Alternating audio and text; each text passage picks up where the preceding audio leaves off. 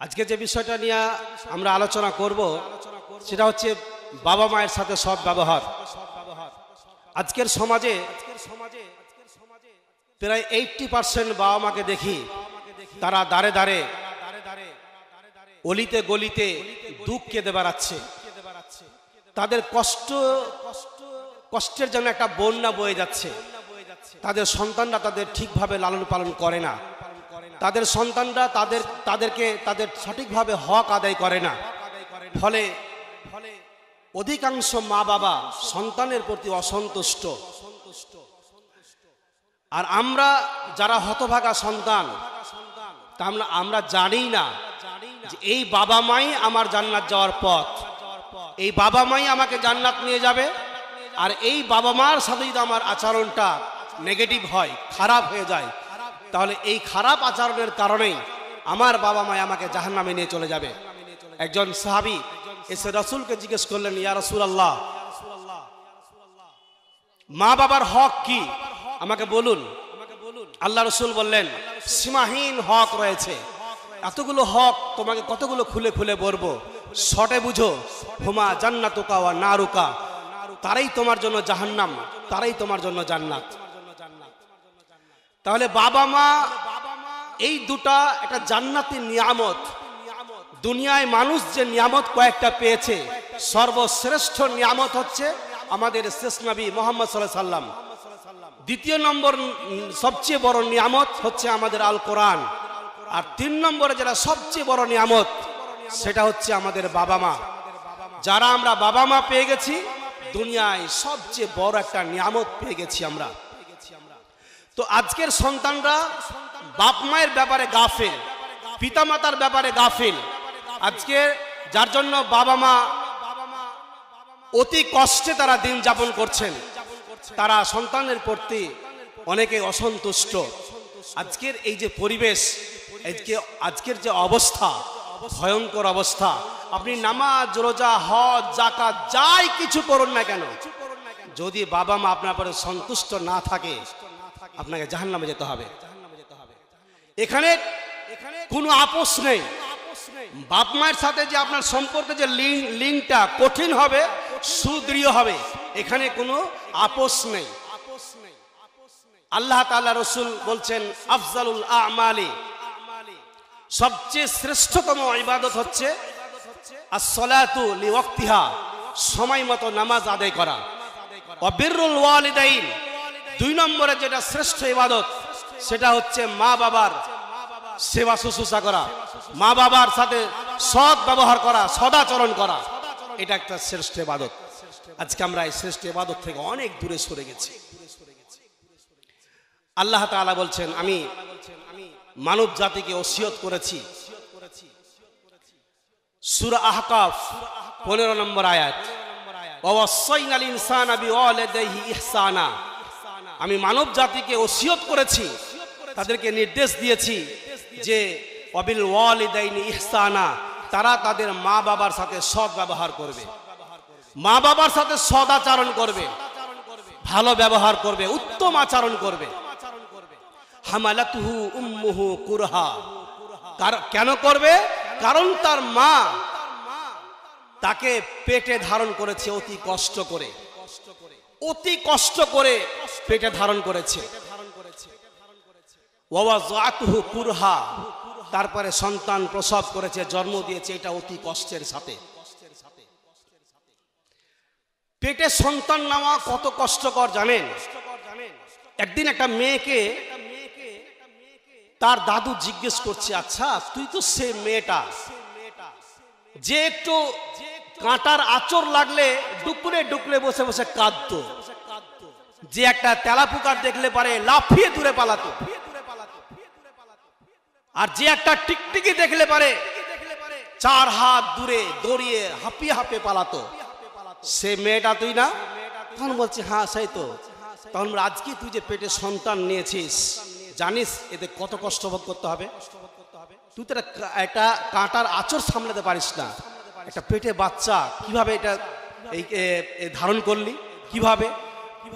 তুই কি জানিস একটা মা যখন সন্তান জন্ম দেয় তখন যে কষ্টের সাথে লড়াই করে, ওই সন্তান জন্ম দিতে গিয়ে একটা মা, চিকিৎসা বিজ্ঞানীগণ বলছেন যে সন্তান জন্ম দিতে গিয়ে প্রায় 80% মৃত্যু হয়ে যাওয়ার সম্ভাবনা রয়েছে।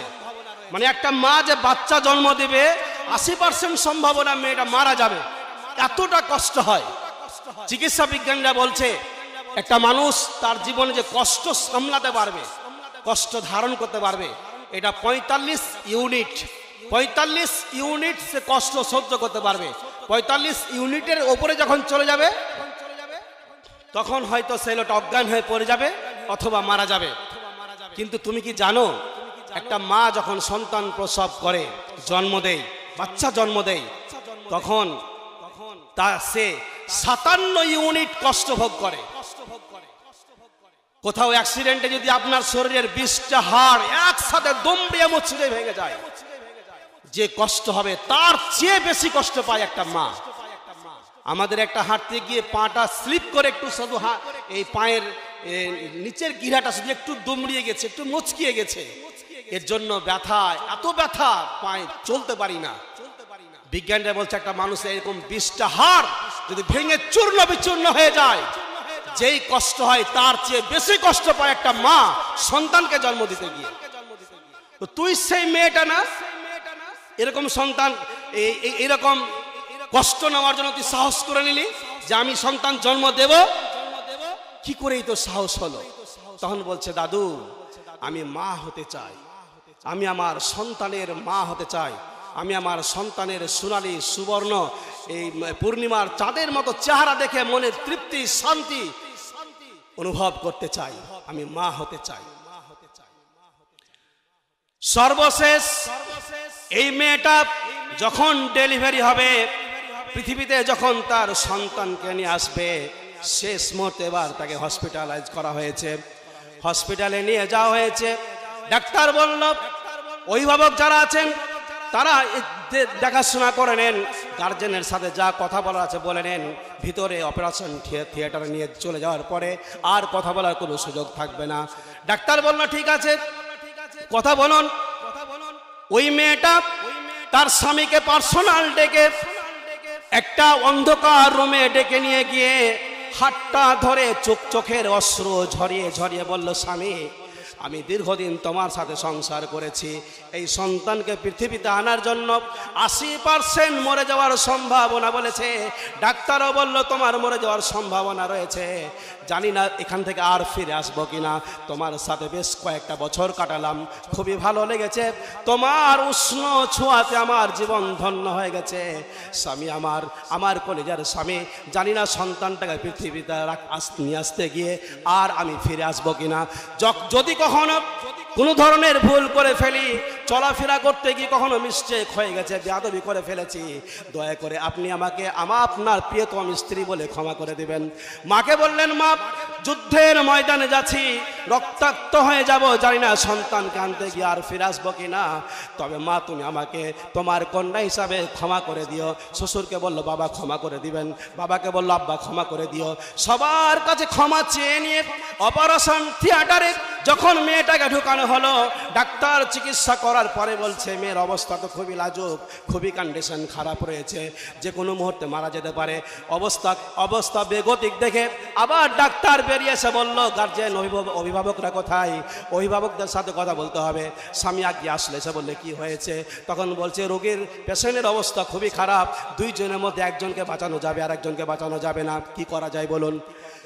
স্বামী বলল স্ত্রী যদি বেঁচে থাকে, মা যদি বেঁচে থাকে, আবার সন্তান পৃথিবীতে আসবে, আবার বেঁচে থাকবে, তবে আপনি মাকে বাঁচানোর চেষ্টা করেন, সন্তান যদি চলেও যায় চলে যাক, কিন্তু মাকে বাঁচানোর চেষ্টা করেন।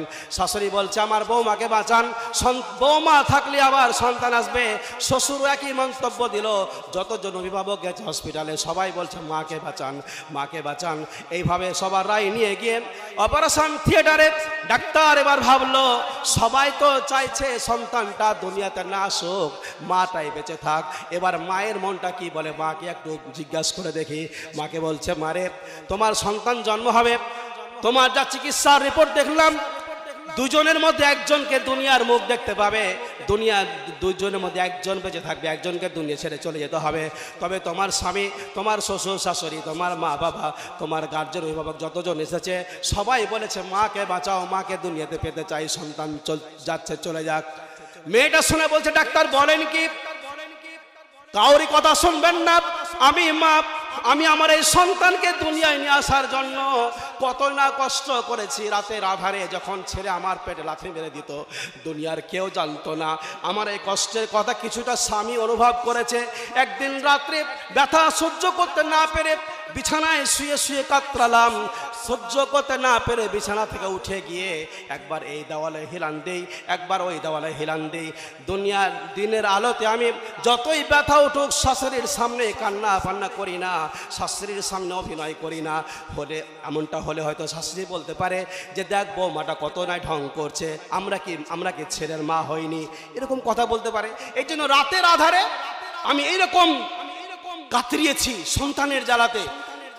খেতে বসেছি বৈকাল বেলাতে, হঠাৎ করে লাথি মেরে দিয়েছে, পেট ভর্তি ক্ষুধা, খাবার রেখে বিছানায় গিয়ে শুয়ে গেছি। এতগুলো কষ্ট সহ্য করে এসেছি শুধু আমি আমার সন্তানের চাঁদের মতো চেহারাটা দেখার জন্য। ডাক্তার বাবু আপনি কারো কথা শুনবেন না, আমি বলছি আমার সন্তানকে পৃথিবীতে নিয়ে আসেন। সন্তানকে নিয়ে আসতে যদি আমাকে চলে যেতে হয় চলে যেতে হবে, দুনিয়া ছেড়ে বিদায় নিয়ে চলে যাব, কিন্তু আমার সন্তানকে নিয়ে আসেন। ডাক্তার বলল কেন? তোমার অভিভাবকরা বলেছে তোমাকে বাঁচাতে হবে। ডাক্তারের হাত দুটো ধরে বলছে ডাক্তার বাবু আমি সূর্য দেখেছি, সূর্য কেমন, সূর্যের আলো দেখেছি, পৃথিবীকে আলোকিত কিভাবে করে, কিন্তু আমার সন্তান এখনো তো সূর্য দেখেনি। আমি দেখেছি কিভাবে গোলাপ ফুলটা ফোটে, কিভাবে সুন্দর পৃথিবীটা হেসে ওঠে, কিভাবে মানুষ এই পৃথিবীতে জীবন ধারণ করে, সব কিছু আমি দেখে নিয়েছি। আমার সন্তান এখনো পূর্ণিমার চাঁদ চোখে দেখেনি, এখনো পৃথিবী দেখেনি। আমার সন্তানের বাবাটা দেখতে কেমন সে তার বাবার চেহারা দেখেনি, আমার সন্তানটা তার দাদুর চেহারা কেমন দেখেনি, কিছুই দেখেনি। আমি সব দেখেছি। দুনিয়া আমার দরকার নেই, আমার সন্তানকে পৃথিবীতে নিয়ে আসেন। বন্ধুরে আমার, তোমার মা তুমি জানো না আজকে 2টা টাকা পেয়েছো হাতে, 2টা রোজগার করতে শিখেছো বলে মাকে বুড়ি আর তকনা কত রকমের কথা বলে লাঞ্ছনা দাও আর ঘেন্না করো। মা ডুকরে ডুকরে কেঁদে বিছানায় শুয়ে পড়ে, মা কাঁদতে কাঁদতে কোথাও চলে যায়। 2টা পয়সা হাতে হয়েছে বলে মাকে মা বলে আর গুরুত্ব দাও না, তোমার কাছে মায়ের কোনো মূল্য নেই। এই মাটা শেষ দিন বলেছিল আমি মরে যাচ্ছি, মরে যাব, আমি দুনিয়া ছেড়ে চলে যাব, কোনো পরোয়া নেই, কিন্তু আমার সন্তানকে আমি পৃথিবীতে চাই, আমার সন্তান আসুক। সেই দিন ডাক্তারবাবু বলল আমি দেখলাম একজন মা কেমন হয়। ডাক্তার চোখের পানি মুছতে মুছতে ডেলিভারি কাজ শুরু করলো। শেষে বাইরে এসে বলল সরি, মাকে আর বাঁচাতে পারলাম না, মা দুনিয়া ছেড়ে চলে গেছে। আপনার মতো একজন সন্তানকে দুনিয়ায় নিয়ে আসার জন্য মা হাসি মুখে মৃত্যুকে বরণ করে নিয়েছে। আল্লাহ বলছেন হামালাতুহু উম্মুহু কুরহা ওয়া ওয়াযাতুহু কুরহা, সে তোমাকে অতি কষ্টে পেটে ধারণ করেছে, আর যে সন্তান জন্ম দিয়েছে এটা অতি কষ্টে। ওয়া হামলুহু ওয়া ফিসালুহু 30 শাহরা ওয়া ফিসালুহু ফি আমাইন। আল্লাহ বলছেন তারপরে 2 মাস ধরে দুধ পান করিয়েছে। একজন সাহাবী এসে আল্লাহ রাসূল জিজ্ঞেস করছে, হাদিসটা বর্ণনা করছেন আবু হুরায়রা, ওয়ান আবি হুরায়রা রাদিয়াল্লাহু তাআলা আনহু قال যা রাজুলুন ইলা রাসূলিল্লাহি সাল্লাল্লাহু আলাইহি সাল্লাম, একটা লোক আসো আল্লাহ রাসূলের কাছে, ফাকালা ইয়া রাসূলুল্লাহ, লোকটা এসে বলল হে আল্লাহর রাসূল, মান আহাক্কুন নাস বিহুসনি সাহাবাতি, হে আল্লাহর রাসূল পৃথিবীতে অসংখ্য মানুষ আছে, আমার কাছে ভালো ব্যবহার পাওয়ার সব থেকে হক কার বেশি রয়েছে, আমার কাছে ভালো ব্যবহার পাবে এমন লোকটা কি আমাকে একটু বলে দিন। রাসূল বললেন উম্মুকা, তোমার মা। ক্বালা সুম্মা মান, লোকটা বলল হে আল্লাহর রাসূল মায়ের পরে এবার কে? আল্লাহ রাসূল বললেন উম্মুকা, তোমার মা। লোকটা আবার বলল ক্বালা সুম্মা মান, তারপরে কে? আল্লাহ রাসূল আবার বললেন উম্মুকা, তোমার মা। সেই লোকটা আবার জিজ্ঞেস করলো ইয়া রাসূলুল্লাহ ক্বালা সুম্মা মান, তারপরে কে? আল্লাহ রাসূল বললেন সুম্মা আবুক, তারপরে তোমার বাবা। ভালো করে খেয়াল করেন, আল্লাহ তাআলা বলছেন, আল্লাহ রাসূল বলছেন, যখন লোকটা জিজ্ঞেস করলো সবচেয়ে আমার কাছে ভালো ব্যবহার পাওয়ার হক কে বেশি রাখে? রাসূল বললেন তোমার মা, তোমার মা, তোমার মা, 3 নম্বর পর্যন্ত তোমারই মা। এখানে সূরা আহকাফের 15 নম্বর আয়াতে আল্লাহ তাআলা বললেন 3টা কথা। এর মা ওকে কষ্ট করে পেটে ধারণ করেছে আর জন্ম দিয়েছে খুব কষ্টের সাথে, 2 বছর ধরে তাকে দুধ পান করিয়েছে। এই 3টা কাজের জন্য মাকে আল্লাহ তাআলা স্পেশাল ফ্যাসিলিটি দিয়েছে, যেই 3টা কাজ পৃথিবীর কোনো বাবা করতে পারবে না। পৃথিবীর কোনো মানুষ গোটা বিশ্ব জয় করতে পারে, কিন্তু স্ত্রী যেই 3টা কাজ করে, একজন মা যে 3টা কাজ করে, বাবা হিসাবে এইরকম বাবা পৃথিবীতে আর কেউ নাই যে এই 3টা কাজ করতে পারে। কি 3টা কাজ? ওই যে আল্লাহ তাআলা বললেন পেটে ধারণ করে মা। আচ্ছা আপনারা বলেন ছেলেরা কি, বাবারা কি পেটে বাচ্চা ধারণ করতে পারবে? যদি এরকমটা হতো, যদি হতো তো ছেলে যেমন পেটে মাকে জ্বালিয়েছে, যদি বাবাকে এইভাবে জ্বালাতো না, হওয়ার পরে পরে ট্যাং ধরে 2টা আছাড় মারতো, বেটা পেটের মধ্যে থেকে এত জ্বালাচ্ছিলি কেন? কিন্তু এই অবস্থা, এই ব্যবস্থা আল্লাহ তাআলা দেননি। কোন পুরুষ তার ক্ষমতার বাইরে এটা পেটে ধারণ করতে পারবে না।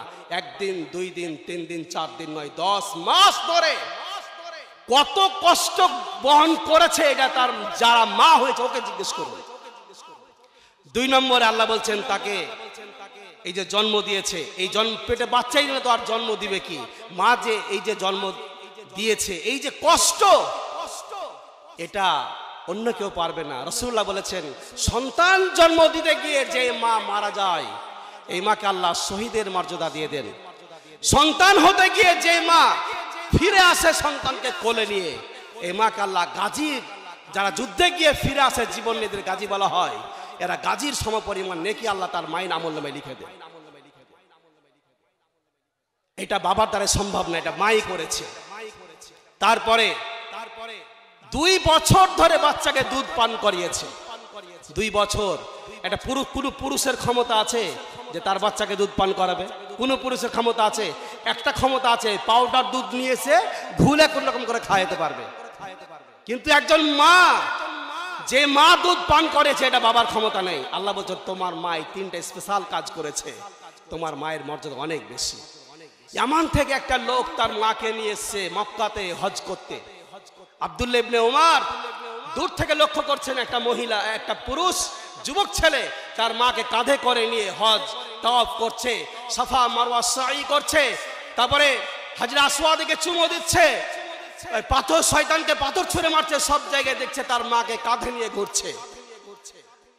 আজকের হিসাব বলছে যে মক্কা থেকে ইয়ামান সড়ক পথে 1185 কিলোমিটার, এতটা দূর থেকে তার মাকে নিয়ে এসে হজ করতে, তো পিঠে পিঠে সব জায়গায় ঘুরে বেড়াচ্ছে। আপনি আপনার মা তো হাত ধরে তুলতে বিরক্ত হয়ে যান যে মা একটু বিছানা থেকে উঠাতে হবে, স্ত্রীকে বলছে এই উঠাও না, কি করছো, উঠাও মাকে উঠাও। আর একজনকে অর্ডার করছে এই উঠাও, যা তোর দাদিকে গিয়ে উঠা, নিজে উঠাবে না। ও বেচারা নিজের মাকে কাঁধে করে নিয়ে ঘুরে বেড়াচ্ছে। ছেলেটা দৌড়িয়ে আসলো আব্দুল্লাহ বিন উমরের কাছে, এসে বলল হে আল্লাহর নবীর বিশিষ্ট সাহাবী, ইনি হচ্ছেন আমার মা, ইয়ামান থেকে নিয়ে এসেছি আমার মাকে হজ করার জন্য। মা বলল আমি হজ করব, মায়ের ইচ্ছাটা পূর্ণ করার জন্য হজ করতে নিয়ে এসেছি। আপনি তো লক্ষ্য করলেন কাবা শরীফ চক্কর দিলাম মাকে কাঁধে নিয়ে, সাফা মারওয়া সাই করলাম মাকে কাঁধে নিয়ে, হাজরা আসওয়াদ চুমো দিতে গেলাম মাকে নিয়ে, এইভাবে মাকে আমি কাঁধে করে নিয়ে যাই, নিয়ে আসি। আপনি বলুন আমি আমার মায়ের হক আদায় করতে পেরেছি কিনা? আব্দুল্লাহ বিন উমর বললেন ভাইরে এইভাবে কেন, সারা জীবন যদি এইভাবে কাঁধে করে তোমার মাকে নিয়ে বেড়াও, তোমার মায়ের যে দুধ খেয়েছো 2 বছর ধরে, একটা ফোঁটা দুধের ঋণ শোধ হবে না, একটা ফোঁটা দুধের দাম দিতে পারবে না। রাসূল বলেছেন হে সন্তানেরা, যদি তোমাদের বুকের চামড়া কেটে রোদে শুকিয়ে তোমার মায়ের পায়ের জুতা বানিয়ে দাও, তোমার মায়ের 1 ফোঁটা দুধের ঋণ শোধ হবে না। এই ছেলেগুলো মায়ের সাথে বিয়াদবি করে কেমন করে? এই সাহস পায় কি করে? আল্লাহ তাআলা বললেন সূরা বনী ইসরাঈল 23 নম্বর আয়াত, ওয়াকাযা রাব্বুকা আল্লা তা'বুদু ইল্লা ইয়্যাহু ওয়া বিল ওয়ালিদাইনি ইহসানা। এটা আল্লাহর ফয়সালা। ওয়াকাযা রাব্বুক, আল্লাহ বলছেন তোমার রব ফয়সালা করে দিয়েছে। বাবা মা কেমন আচরণ হবে, কি হবে, এটা আল্লাহ ফয়সালা করে দিয়েছেন, এখানে আর কারো হক নাই। ওয়াকাযা রাব্বুক, তোমার রব ফয়সালা করে দিয়েছে, আল্লাহ তা'বুদু ইল্লা ইয়্যাহ, তোমরা আল্লাহ ছাড়া আর কারো উপাসনা করবে না, আল্লাহ ছাড়া আর কারো ইবাদত করবে না। ওয়াবিল ওয়ালিদাইহি ইহসানা, আর তোমার বাপ মায়ের সাথে ভালো ব্যবহার করবে, ভুল করেও খারাপ ব্যবহার করা যাবে না, চোখ রাঙিয়ে কথা বলা যাবে না। ইম্মা ইয়াবলুগান্না ইনদাকাল কিবারা আহাদুহুমা আও কিলাহুমা, তারপরে আল্লাহ তাআলা বললেন বাবা যখন যুবক থাকে, শরীরে শক্তি থাকে, তখন তো এমনিতে পরিবার কন্ট্রোল করে নাই, কোনো ছেলে বাবার সামনে মাথা উঁচু করে চোখ রাঙিয়ে কথা বলার সাহস নেই। কিন্তু ওই বাবাই যখন বৃদ্ধ বয়সে পৌঁছে যায়, যখন মাটা বুড়ি হয়ে যায়, তখন তার শরীরের ক্ষমতা হারিয়ে ফেলে, শরীরের শক্তি হারিয়ে ফেলে, আর শাসন করার মতো ক্ষমতা নেই। আল্লাহ বলছেন ঠিক এইরকম মুহূর্তে যখন দেখবে তোমার কাছে তোমার বাবা মা বৃদ্ধ অবস্থায় পৌঁছে গেছে, তখন কার কথা বলছি বান্দা ভালো করে শোনো। ফালা তাকুল লাহুমা উফ। উফ, দেখেন এই উফ শব্দটা পৃথিবীর যত ভাষা আছে সব ভাষাভাষীর লোকেরাই উফ শব্দটা ব্যবহার করে। আল্লাহ ওই কথাই বলছেন ফালা তাকুল লাহুমা উফ। কখনো বিরক্ত হয়ে গিয়ে উফ, কি বিরক্ত করে বাবা, এই ধরনের কথা বলা যাবে না। এটা কার ফয়সালা? আল্লাহর ফয়সালা। আল্লাহ বিচার কলম ঘুষে দিয়েছেন না, উফ বলা যাবে না, এটা আমি রব বান্দা হিসাবে ঘোষণা করে দিয়েছি, উফ বলা যাবে না। পাশের ঘরে বাবা হাঁপানি রোগে ভুগছেন, শ্বাসকষ্ট হচ্ছে, ঘন ঘন কাশি হচ্ছে, এটা দেখে পাশের ঘর থেকে বাবা ছেলে বলছে উফ আর সহ্য হয় না, বাবা কবে কি করছে এগুলো, বিরক্ত হয়ে গেলাম। কোনো বাবা কোনো ছেলে যদি এইরকম বলে দেয়, ভালো করে শুনুন, কোনো ছেলে যদি এইরকম বলে দেয় সে জাহান্নাম নিশ্চিত করে নিল। কিভাবে? আল্লাহ রসুল একটা হাদিস, আল্লাহ রসুল বলছেন কোন সন্তান যদি তার বাবাকে সন্তুষ্ট করে রাত্রি যাপন করে, সকাল করে দেয়, সকাল হয়ে গেল, তার বাবা তার প্রতি সন্তুষ্ট আছে, তার মা তার প্রতি সন্তুষ্ট আছে, তো তার জন্য জান্নাতের দুইটা দরজা খুলে দেওয়া হয়। যদি একজন বেঁচে থাকেন, একজন সন্তুষ্ট অবস্থায় সকাল করে, জান্নাতের একটা দরজা খুলে দেওয়া হয়। আর যদি সে রাত্রি যাপন করেছে, বাবার সাথে খারাপ ব্যবহার করেছে, রাত্রে বলেছে বাবার এই জ্বালা আর সহ্য হয় না, কিন্তু তার বাবা ঘর থেকে শুনে নিয়েছে, শুনে নেওয়ার পর থেকে বাবার মনে কষ্ট, আহারে বেটা তুই যখন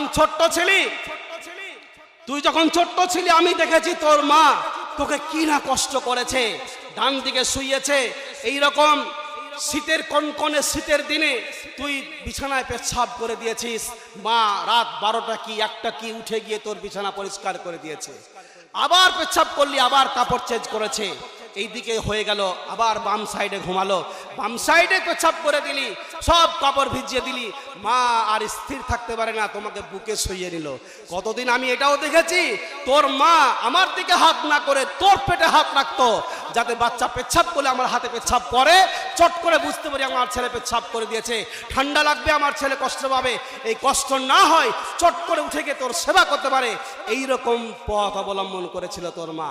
আমি ভালো করে দেখেছি বেটা, তোর জন্য কত না কষ্ট করেছি, সারা রাত দিন ঘুমাইনি, জ্বর হয়ে গেছে, হসপিটালে নিয়ে গিয়েছি, সবাই বাড়ি চলে গেছে, তোর মা তোর বাপ বাড়ি যেতে পারেনি, সারা রাত জেগে 2, 3, 4, 5টা রাত জেগে তোকে পাহারা দিয়েছে যাতে আমার ছেলের কষ্ট না হয়। আর আজকে একটু কাশিটা বেশি হয়ে গেছে বলে বলছিস বাবা আর এগুলো সহ্য হয় না, বিরক্ত হয়ে গেলাম। আল্লাহ তাআলা বললেন ফাকুল লাহুমা উফ, উফ শব্দটা বলো না, ওয়ালা তানহারহুমা, এবং তোমার পিতা মাতাকে ধমক দিও না, ঝিরকায়ও না, বাবা কি করছে এগুলা, বিরক্ত হয়ে গেলাম, এইভাবে বলো না। তাহলে কিভাবে বলতে হবে?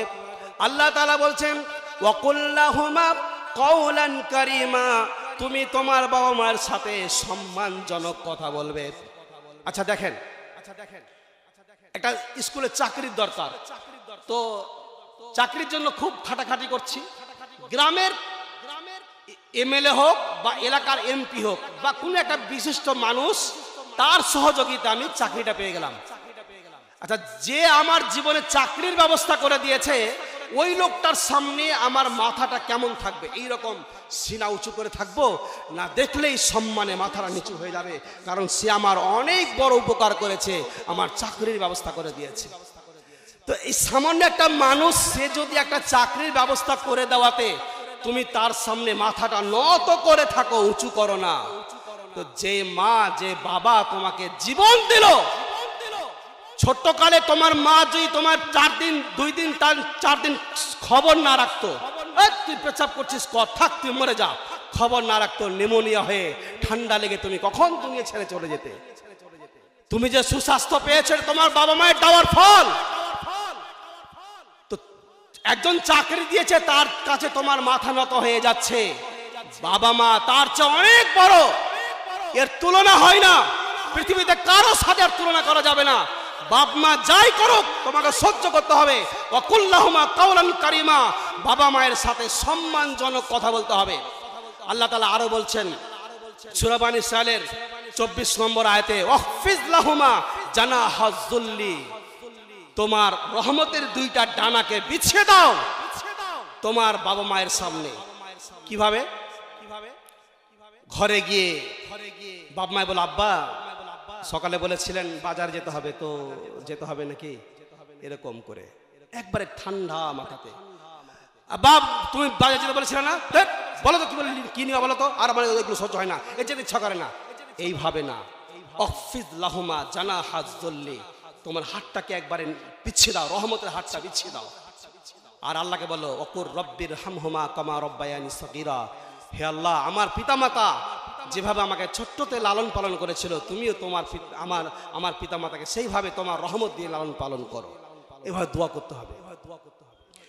দেখেন ভাই, ওই যে হাদিসটা বললাম, কোন সন্তান যদি বাপ মাকে সন্তুষ্ট রেখে সকাল করে, ওর জন্য আল্লাহ তাআলা জান্নাতের বাপ মা থাকলে 2টা দরজা খুলে দিবেন। আর যদি অসন্তুষ্ট করে রাখে তাহলে তার জন্য জাহান্নামের 2টা দরজা খুলে যাবে। একজন সাহাবী জিজ্ঞেস করলেন, হে আল্লাহর রাসূল, ওই বাপ মা যদি ছেলে প্রতি জুলুম করে? রাসূল বলছেন, বাপ মা যদিও জুলুম করে তবুও মেনে নিতে হবে, মাথা নিচু করে মেনে নিতে হবে। এখানে তোমার কিছুই করা নাই, এটা আল্লাহর সিদ্ধান্ত, মেনে নিতে হবে। বাপ মা যদি অন্যায়ভাবে কোনো সন্তানের প্রতি জুলুম করে, ভালো করে শুনবেন যারা বাবা আছেন, যদি অন্যায়ভাবে কোনো সন্তানের প্রতি জুলুম করেন, বুঝতে পারছেন এটা আমার অন্যায় হচ্ছে, কাল কিয়ামতের মাঠে আপনাকে আল্লাহ তাআলা জালেমের কাতারে দাঁড় করাবেন। বাপ মা জালেম হলে সন্তান আপনি বাপ মায়ের বিচার করতে পারবেন না, এই বিচার দায়িত্ব আপনাকে আল্লাহ তাআলা দেয়নি। কিয়ামতের মাঠে আল্লাহ আপনার বাবার বিচার করবে, কেন সন্তানের প্রতি জুলুম করেছিলি। জুলুম সম্পর্কে কয়েকটা কথা বলি।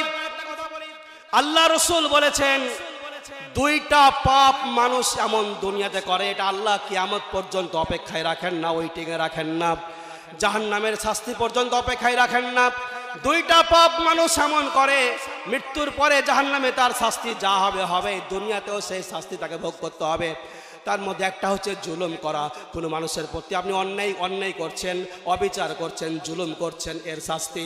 আর একটা হচ্ছে পিতামাতার সাথে যারা অবাধ্য আচরণ করে, যারা পিতামাতার সাথে নাফরমানি করে, এরকম যারা করে দুনিয়াতেই তাদেরকে শাস্তি ভোগ করতে হবে।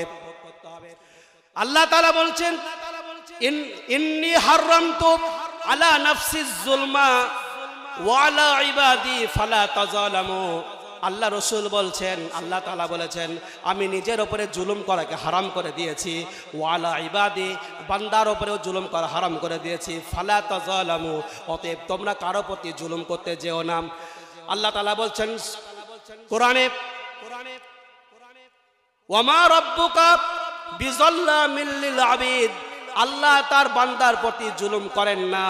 সূরা নিসার 40 নম্বর আয়াত আল্লাহ বলছেন, ইন্নাল্লাহা লা ইয়াজলিমু মিসকালা যাররা, আল্লাহ তাআলা কোন বান্দার উপরে বিন্দু পরিমাণ জুলুম করেন না। কোন মানুষের উপর আল্লাহ বিন্দু পরিমাণ জুলুম করেন না। যদি কোনো মানুষ জুলুম করে, এই দুনিয়াতেই তাকে শাস্তি ভোগ করতে হবে। একটা ঘটনা বলি। ইমাম জাহাবি তার বিখ্যাত গ্রন্থ আল কাবাইরে একটা ঘটনা নিয়ে এসেছেন।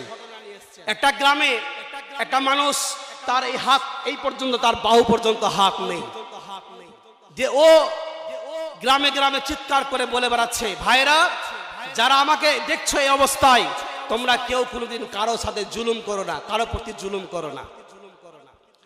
লোকটা বলছে যে এইভাবে যখন সে গ্রামে বলে বেড়াচ্ছে, তখন লোকেরা জিজ্ঞেস করলো যে কেন তুমি এটা বলে বেড়াচ্ছ, এর কারণ বলো, তোমার হাতটা কি হয়েছে? লোকটা বলল, ভাই রে, আমি আমার এলাকার দাদা ছিলাম, বস ছিলাম, আমি আমার এলাকার মাস্তান ছিলাম, আমার সামনে কথা বলার মতো কারো সাহস ছিল না।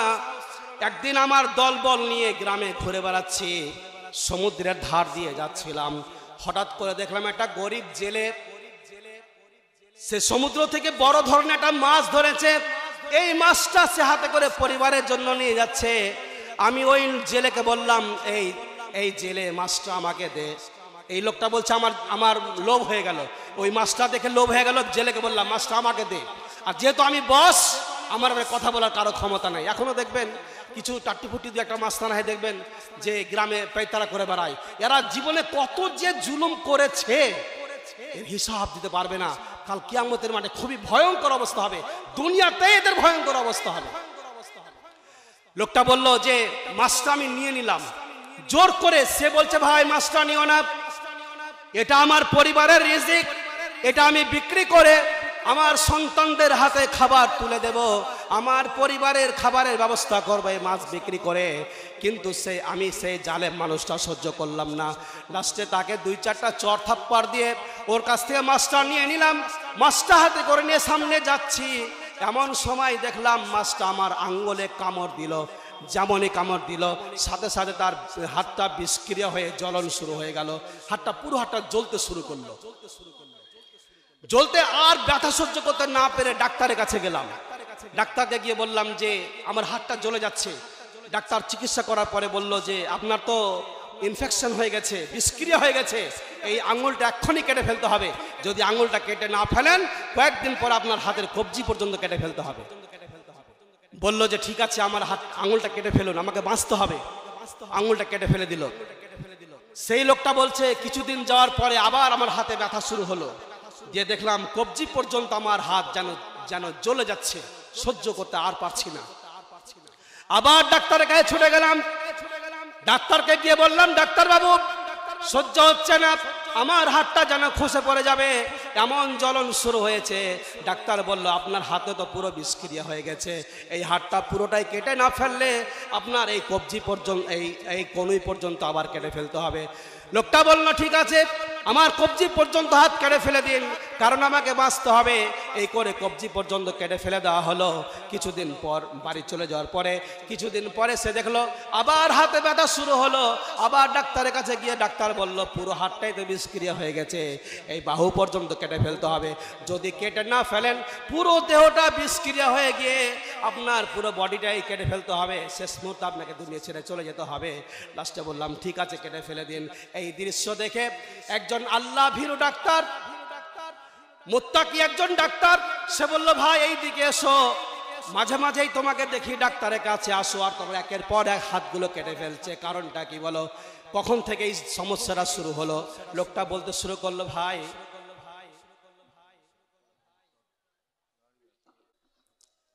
দিয়ে ওই ডাক্তারকে বলতে শুরু করলো যে ভাই এরকম একদিন একটা গরিব অসহায় মানুষের কাছ থেকে মাছ জোর করে নিয়েছিলাম। সেই দিনের পর থেকে ওই যে মাছ কামড় দিল, তারপর থেকে শুরু হয়েছে। লোকটা বলল, আরে এই ঘটনা যদি আমাকে আগে বলতে, তাহলে তোমার হাত কেটে ফেলতে হতো না।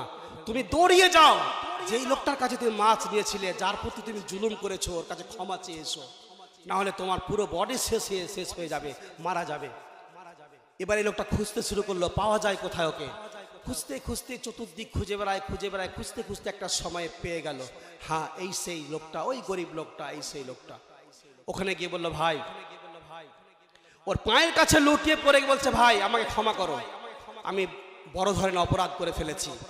লোকটা বলল, আপনাকে তো চিনতেই পারলাম না, আপনি কে, কি এমন হয়ে গেছে বলুন। তখন বলছে, মনে আছে আপনার বেশ কিছুদিন আগে একটা বড় মাছ পেয়েছিলেন সমুদ্রে, সেই মাছটাকে আপনার কাছ থেকে জোর করে আমি নিয়েছিলাম। তখন বলছে, ওহো, হ্যাঁ হ্যাঁ হ্যাঁ, ওই মনে পড়ছে আপনি সেই ব্যক্তি, আচ্ছা আচ্ছা আচ্ছা, তো আপনার এই হাতের অবস্থা এরকম কেন হলো? সেদিন তো ভালো হাত ছিল, যথেষ্ট শক্তিশালী ছিল, আমার প্রতি জুলুম করেছিলেন দেখেছিলাম, আজকে কি হয়েছে? লোকটা বলল, ভাই সেই দিনের পর থেকে তোমার কাছ থেকে যখন মাছটা নিয়ে গেলাম, কিছু দূর যাওয়ার পরে মাছটা আবার আমার আঙ্গুলে কামড় দিল, তারপর থেকে বিষক্রিয়া শুরু হলো।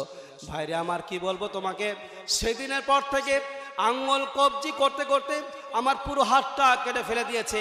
ডাক্তার বলছে তুমি ওই মাজলুম মানুষটার কাছে, যার সাথে জুলুম করেছে, তার কাছে ক্ষমা না চাইলে এটা ভালো হবে না। বন্ধুরে আমার, তুমি আমারে ক্ষমা করে দাও। তুমি যদি ক্ষমা না করো, আমাকে হয়তো মরে যেতে হবে, আমি গুনাহগার হয়ে যাব, আল্লাহর কাছে গিয়ে কি জবাব দেব? লোকটা ওই জেলে লোকটা বলল, ভাই তোমার জন্য আমি দুঃখিত, আমি ক্ষমা করে দিলাম, আমার তোমার প্রতি আর কোনো ক্রোধ বা রাগ থাকলো না, ক্ষমা করে দিলাম। এবার এই লোকটা বলছে, আচ্ছা বলুন তো সেদিন আপনি কি কি দোয়া দিয়েছিলেন আমাকে, কি এমন কথা বলেছিলেন যে আমার এই অবস্থা হয়ে গেল? জেলে বলল যে আমি সেদিন আল্লাহকে বলেছিলাম, আল্লাহুম্মা মান আরানি কুওয়াতাহু ফি যাফি, হে আল্লাহ, যে আমাকে দুর্বল পেয়ে তার শক্তি আমাকে দেখালো, দিয়ে আমার কাছে মাছটা ছিনিয়ে নিল। ফারিনি কুওয়াতাকা আলাইহি, হে আল্লাহ তুমি তাকে তোমার শক্তি দেখিয়ে দাও। আমি শুধু এতটুকুই বলেছিলাম, হে আল্লাহ আমাকে দুর্বল পেয়ে, আমাকে গরিব পেয়ে যে আমার উপরে শক্তি প্রভাব খাটালো, সে তার শক্তি আমাকে দেখিয়ে দিল, এ আল্লাহ তুমি তোমার শক্তি তাকে দেখিয়ে দাও। আমি শুধু এতটুকু দোয়া করেছিলাম, বাস। তখন বলছে, হ্যাঁ এটাই আমার জীবন শেষ করে দিয়েছে। তারপরের দিন থেকে সে সুস্থ হলো এবং গ্রামে গ্রামে বলে বেড়াতে শুরু করলো, ভাইরা দয়া করে কেউ কারো প্রতি জুলুম করবেন না, জুলুম মারাত্মক জিনিস, আপনি জানেন না, মারাত্মক জিনিস। যদি কেউ কারো প্রতি জুলুম করে থাকেন, এই দুনিয়াতেই তাকে পাপ ভোগ করতে হতে পারে, পাপ ভোগ করতে হবেই। আপনার বংশ পরিচয় ভালো আছে, বংশের বাহুবল ঠিক আছে, রক্তের স্রোতগতি ঠিক আছে, কোন একজন গরিব একজন বিজনেসম্যান এসে গ্রামে ব্যবসা করতে, তার কাছে জোর করে কিছু নিয়ে নিলেন, ও বেচারা 10 টাকা কেজির কমে দেবে না, আপনি গায়ের জোরে 5 টাকা কেজি নিয়ে নিলেন, দিয়ে লোকটা বলছে কাঁদতে কাঁদতে বাড়ি গেল, আমার ব্যবসায় লস হয়ে গেল। এত রকম বলার পরও যখন কথা বলছে বেশি, ঠাস করে একটা চর দিলেন সোজা করার জন্য। ওই লোকটা ভাবলো, আরে আমাকে যে মারলো, এতগুলো লোক চায়ের দোকানে বসে আছে, এখানে টিভিতে আড্ডা মারছে, সবাই তো মারতে দেখলো, কাছে আসলো না কেন? ও বুঝে গেল এই লোকটা ভালো না, এলাকার সবাই একে দেখে ভয় পায়, এই লোকটা আসলেই জালেম। আর ইয়ারা ওই গরিবদের কাছে যাবে, আরে বেটা তোর গায়ে কত শক্তি আছে, তোর কাঁধে কাঁধ যাদের মিলবে, যাদের সাথে তোর চলবে তার সাথে জানা, গরিবের কাছে কেন হাত দিস কেন? এই গরিবটা পার্সোনাল গিয়ে বা আল্লাহকে বলে চোখের পানি ফেলে, আল্লাহ তুমি আমাকে গরিব করলে কেন? আমি তো কোনো দোষ করিনি, ঠিক দাম চেয়েছিলাম, অথচ আমাকে মার খেয়ে ফিরে যেতে হচ্ছে। এ আল্লাহ তুমি আমাকে গরিব করেছো কেন? এই যে আল্লাহ অন্তর থেকে আল্লাহ বেরিয়ে আসলো, এটাই অভিশাপ, এটাই তোমাকে শেষ করে দিবে। গরিবদের মুখে এটা বেরিয়ে গেলে, হে জালেম সাবধান থাকো, এটাই তোমাকে শেষ করে দিবে।